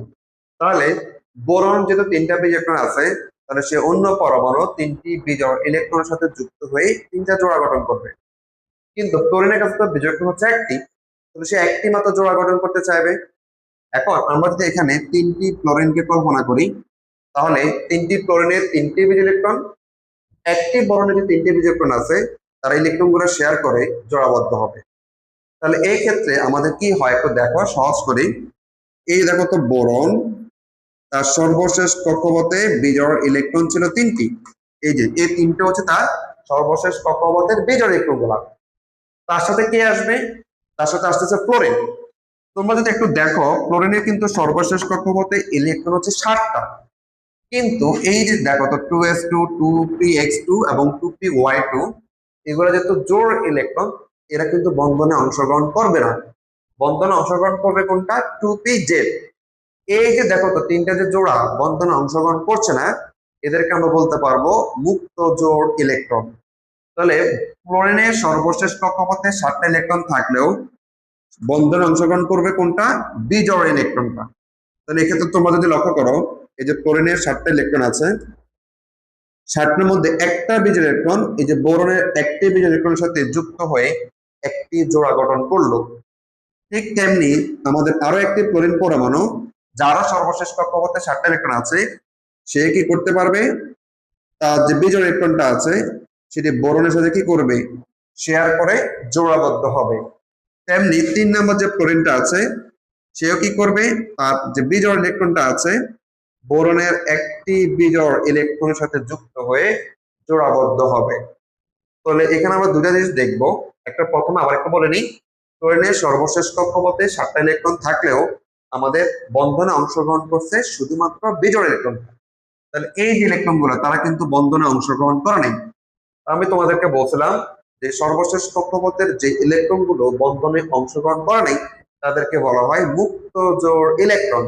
এই জন্য তোমরা দেখবা যখন আমরা ক্লোরাইড আয়ন বলি, তখন দেখবা তার কাছে কি থাকে? এরকম তিনটা মুক্ত জোড় ইলেকট্রন থাকে। বা হ্যালোজেন গুলারই মূলত হচ্ছে তিনটা মুক্ত ইলেকট্রন থাকে। আর যেটা এখন বলছিলাম অসম্পূর্ণ অষ্টক, তোমরা যদি একটু ঠান্ডা মাথায় কল্পনা করো যে বোরনের কাছে বীজ ইলেকট্রন ছিল তিনটি, সে তিনটি ক্লোরিন পরমাণুর তিনটি বিজোড় ইলেকট্রনের সাথে যুক্ত হয়ে তিনটা জোড়া গঠন করছে। তার মানে তার কেন্দ্রীয় পরমাণুতে এখন ইলেকট্রন হচ্ছে 6টি। নিজের ছিল তিনটি বীজ ইলেকট্রন, অন্য পরমাণু থেকে আরো তিনটি বীজ ইলেকট্রন পেয়ে তিনটা জোড়া গঠন করছে। তাহলে 3 দুগুণে কত ইলেকট্রন হবে? 6টা। এবং যদি সেটা তোমরা দেখো, এই যে তোমরা যদি দেখো বোরনের কেন্দ্রীয় পরমাণুতে দেখো, এই যে দেখো 6টা ইলেকট্রন। কিভাবে? তার নিজের ছিল তিনটা বীজ ইলেকট্রন, তিনটি ক্লোরিন পরমাণু থেকে তিনটে বীজ ইলেকট্রন পাওয়ার কারণে তার এখন কেন্দ্রীয় পরমাণুতে আমরা দেখি 6টি ইলেকট্রন আছে। তার মানে এই যৌগটা হচ্ছে অসম্পূর্ণ অষ্টক যৌগ। অসম্পূর্ণ অষ্টক যৌগগুলা লুইস অ্যাসিড হিসেবে আচরণ করতে পারবে, কারণ হচ্ছে সে অন্য পদার্থ থেকে মুক্ত জোড় ইলেকট্রন গ্রহণ করার প্রবণতা থাকবে। এজন্য আমরা বলছিলাম যে সকল যৌগ আমাদের হচ্ছে অসম্পূর্ণ অষ্টক, তারা হচ্ছে আমাদের লুইস অ্যাসিড হিসাবে আচরণ করে। এবং এই অসম্পূর্ণ অষ্টক যৌগগুলো চিনার জন্য আমরা বলছিলাম যে সাধারণত বোরন এবং অ্যালুমিনিয়ামের যৌগগুলো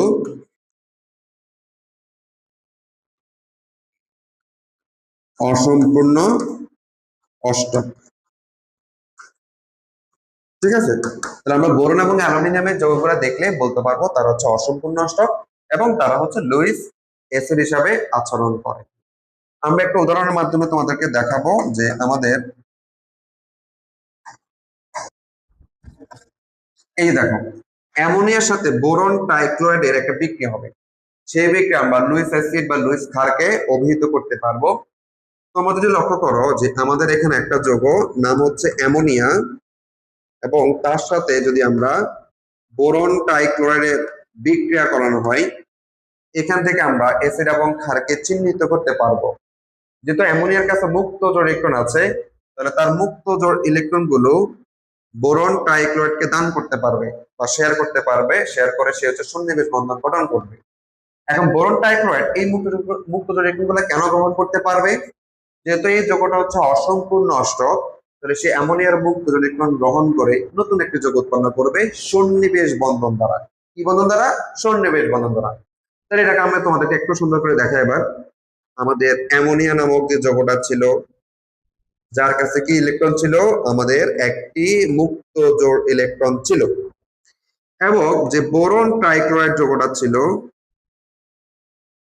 এখানে কেন্দ্রীয় পরমাণু বোরন হচ্ছে অসম্পূর্ণ অষ্টক যৌগ, যার কারণে এই অ্যামোনিয়ার মুক্ত জোড় ইলেকট্রন বোরন কি করতে পারে? গ্রহণ করতে পারে।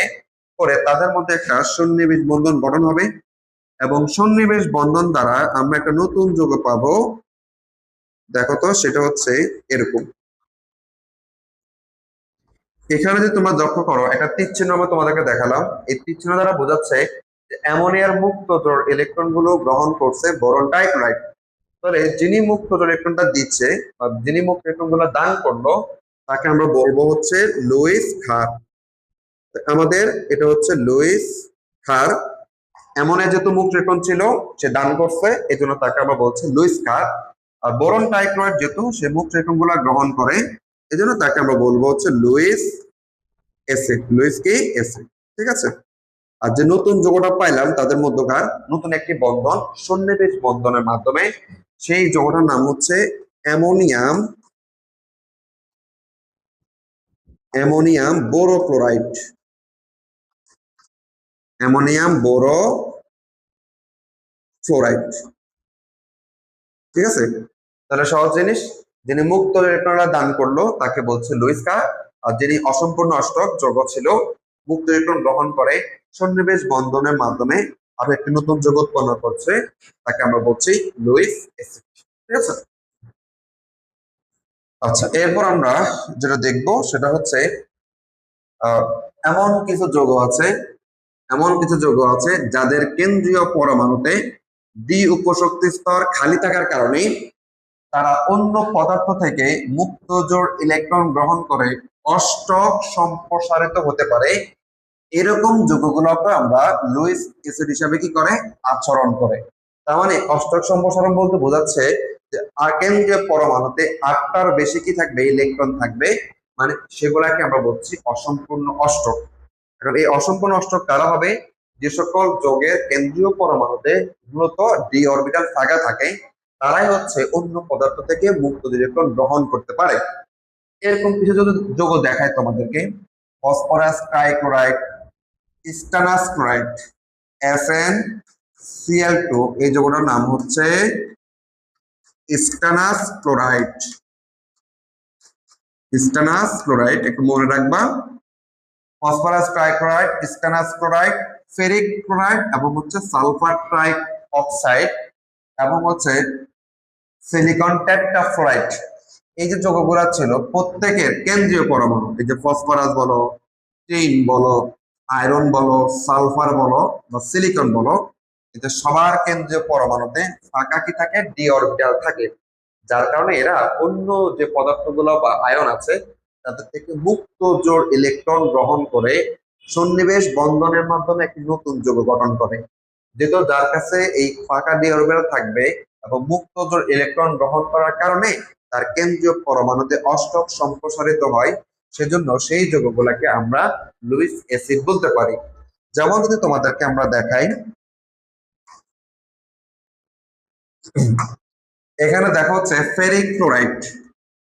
এই ফেরিক ক্লোরাইডের সাথে যখন আমরা ক্লোরাইনকে যুক্ত করব, তো তোমরা জানো ক্লোরিনের কাছে তিনটি মুক্ত ইলেকট্রন আছে, যা সে অন্য পদার্থকে দান করতে পারবে।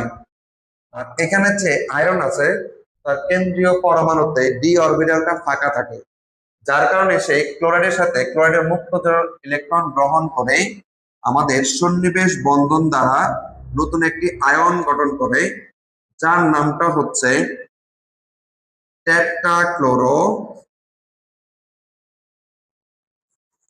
টেট্রাক্লোরোফেরেট আয়ন। টেট্রাক্লোরোফেরেট আয়ন নামক একটি নতুন আয়ন গঠন করে। যেহেতু আমাদের এখানে এই আয়রন ফেরিক ক্লোরাইড আয়নের মুক্ত ইলেকট্রনগুলো কি করে গ্রহণ করে, এই জন্য এই ফেরিক ক্লোরাইডটাকে আমরা কি বলবো এখন লুইস অ্যাসিড। লুইস কি অ্যাসিড। আর যিনি দান করে তাকে আমরা বলবো লুইস ক্ষার।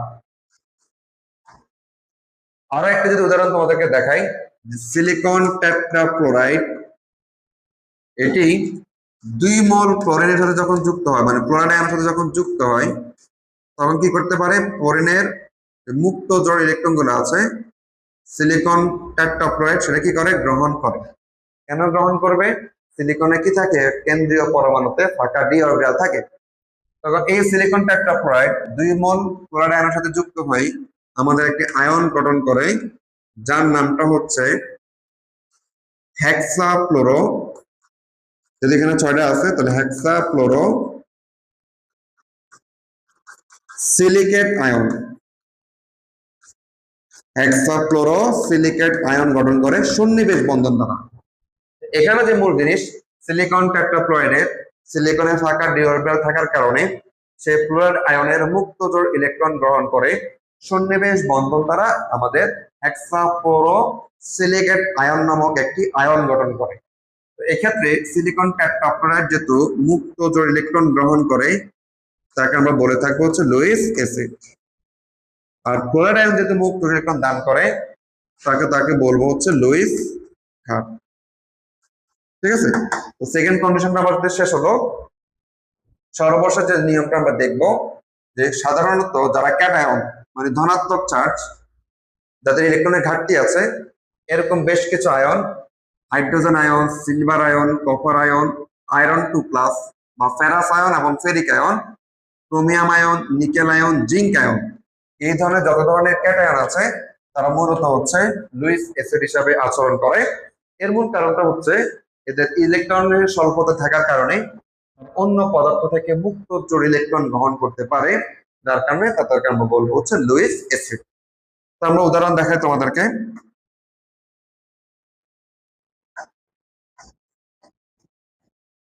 প্রথম যে উদাহরণটা তোমরা দেখবা যে অ্যামোনিয়া, যার কাছে কি ইলেকট্রন আছে, মুক্ত জোড় ইলেকট্রন আছে, এটি হাইড্রোজেন আয়নের সাথে যখন যুক্ত হয় তখন অ্যামোনিয়ার মুক্ত জোড় ইলেকট্রন গুলো হাইড্রোজেন আয়ন কি করতে পারে, গ্রহণ করে, এবং গ্রহণ করে আমাদের উৎপন্ন করে হচ্ছে অ্যামোনিয়াম আয়ন। যেহেতু হাইড্রোজেন আয়ন এই অ্যামোনিয়ার মুক্ত ইলেকট্রন গ্রহণ করে, তাহলে তাকে আমরা বলবো হচ্ছে লুইস অ্যাসিড। ঠিক আছে, আচ্ছা আর একটা উদাহরণ দেখাই। যেমন হচ্ছে পানি, তার কাছে কি ইলেকট্রন আছে, মুক্ত জোড় ইলেকট্রন আছে, এটিও আমাদের হাইড্রোজেন আয়নের সাথে সন্নিবেশ বন্ধন যখন গঠন করে তখন উৎপন্ন করে হচ্ছে হাইড্রোনিয়াম আয়ন। এখানেও একই রকম ভাবে পানির মুক্ত ইলেকট্রনকে গ্রহণ করছে, হাইড্রোজেন আয়ন গ্রহণ করে সন্নিবেশ বন্ধন দ্বারা আমাদের হাইড্রোনিয়াম আয়ন গঠন করে। যেহেতু হাইড্রোজেন আয়ন এই মুক্ত ইলেকট্রন গ্রহণ করে তাকে আমরা কি বলবো, লুইস অ্যাসিড। ঠিক আছে, তাহলে ক্যাটায়ন গুলো কি হতে পারে, লুইস অ্যাসিড হিসাবে আচরণ করবে। আমরা আরো কয়েকটি উদাহরণ তোমাদেরকে দেখাই, তাহলে তোমরা আরেকটু ভালো করে বুঝতে পারবা।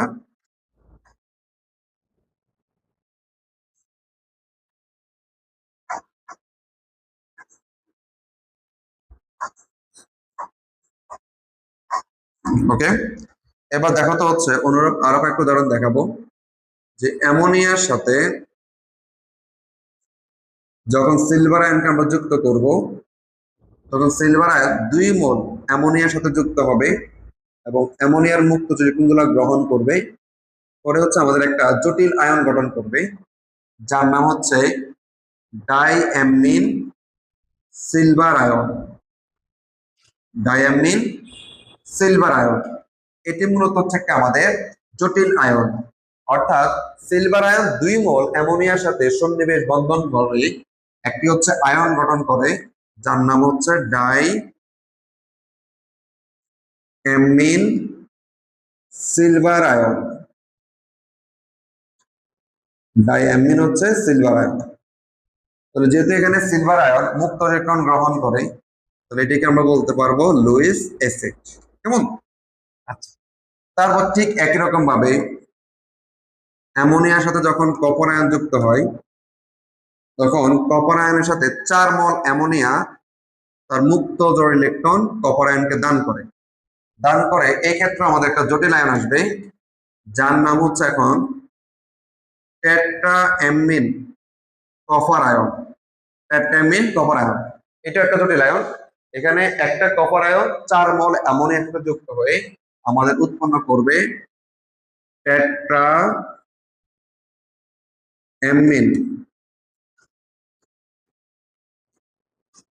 Copper ion. যেহেতু এখানে কপার আয়ন মুক্ত ইলেকট্রন গ্রহণ করে তাহলে তাকে আমরা কি বলবো, অ্যাসিড বলবো। কেমন? আচ্ছা, এরপর দেখো তো হচ্ছে আমরা আর একটা উদাহরণ দেখাই। অ্যামোনিয়ার সাথে যখন আমাদের কোবাল্ট 3+ যুক্ত হয় তখন কি হবে জানো? এই কোবাল্ট আয়নের সাথে আমাদের 6 মোল অ্যামোনিয়া যুক্ত হবে এবং অ্যামোনিয়া তার মুক্ত ইলেকট্রন কোবাল্ট আয়নের সাথে দান করে সন্নিবেশ বন্ধন দ্বারা উৎপন্ন করবে হেক্সাঅ্যামিন কোবাল্ট আয়ন। হেক্সাঅ্যামিন কোবাল্ট আয়ন গঠন করে।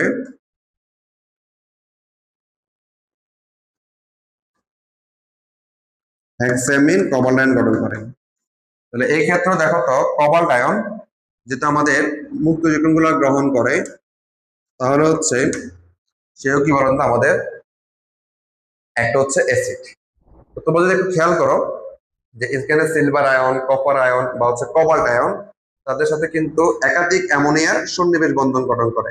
এক্ষেত্রে একটা মনে রাখতে পারবা এই যে ion silver ion, copper ion বা কোবাল্ট আয়ন তাদের চার সংখ্যার দ্বিগুণ পরিমাণ অ্যামোনিয়ার সাথে তারা সন্নিবেশ বন্ধনে আবদ্ধ হয়। লক্ষ্য করো, সিলভার আয়ন, কপার আয়ন বা কোবাল্ট আয়ন এই যে আয়নগুলো আছে তাদের সাথে অ্যামোনিয়া যখন যুক্ত হয় তাদের চার সংখ্যার দ্বিগুণ পরিমাণ অ্যামোনিয়া সন্নিবেশ বন্ধনে অংশগ্রহণ করে। তাহলে তোমরা মনে রাখতে পারবো সহজে। সিলভার আয়ন একটা ছিল এই জন্য তার চার সংখ্যার দ্বিগুণ 2 মোল অ্যামোনিয়া। কপারের চার হচ্ছে 2+, তার চার সংখ্যার দ্বিগুণ 4 সংখ্যক অ্যামোনিয়া। কোবাল্ট আয়ন 3+, তাহলে তার চার সংখ্যার দ্বিগুণ 6 মোল অ্যামোনিয়া তাদের সাথে যুক্ত হয়ে সন্নিবেশ বন্ধন গঠন করে থাকে। সর্বশেষ দেখাবো যে আমাদের সায়ানাইড আয়ন এখানে হচ্ছে আমাদের কি থাকে বলতো, মুক্ত জোড় ইলেকট্রন থাকে। এটি হচ্ছে আমাদের Fe2+ আয়নের সাথে যখন যুক্ত হয় তখন এখানে 6 মোল সায়ানাইড কাজ করে। তাহলে এই 6 মোল সায়ানাইড সাথে আমাদের কি হবে, এই সায়ানাইড আয়ন তার মুক্ত জোড় ইলেকট্রন গুলা ফেরাস আয়নকে দান করে আমাদের একটা জটিল আয়ন গঠন করে, তার নাম হচ্ছে ফেরোসায়ানাইড আয়ন। Ferrocyanide ion.